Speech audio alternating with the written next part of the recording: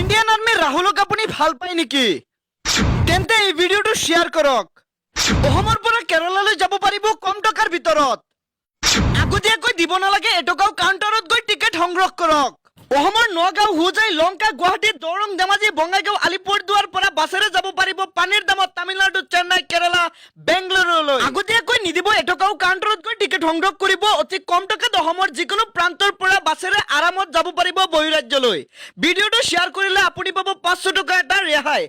অত্যাধুনিক বাছেৰে আৰামত শুই যাব পাৰিব বহিৰাজ্যলৈ যাত্ৰা। গতিকে এতিয়া স্ক্ৰীনত দিয়া নম্বৰত যোগাযোগ কৰক আৰু অসমৰ পৰা কম টকাৰ ভিতৰত আপুনি টেষ্ট বাছৰ সহায়ত অসমৰ পৰা কেৰালালৈ ভ্ৰমণ কৰক। অসমৰ নগাঁও, হোজাই, মৰিগাঁও, তেজপুৰ, বৰপেটা আদি ঠাইৰ পৰা আপোনালোকে কেৰালাৰ মালাপুৰম, পালাক্কাড, ত্ৰিশূৰ, এৰ্নাকুলাম, ইডুক্কি, কৈডাম, আল্লাপুঝা, কোল্লাম, তিৰুৱনন্তপুৰম আদি ঠাইলৈ আপোনালোকে বাছৰ সহায়ত যাব পাৰিব। গতিকে স্ক্ৰীনত দিয়া নম্বৰত আপোনালোকে এতিয়াই যোগাযোগ কৰক।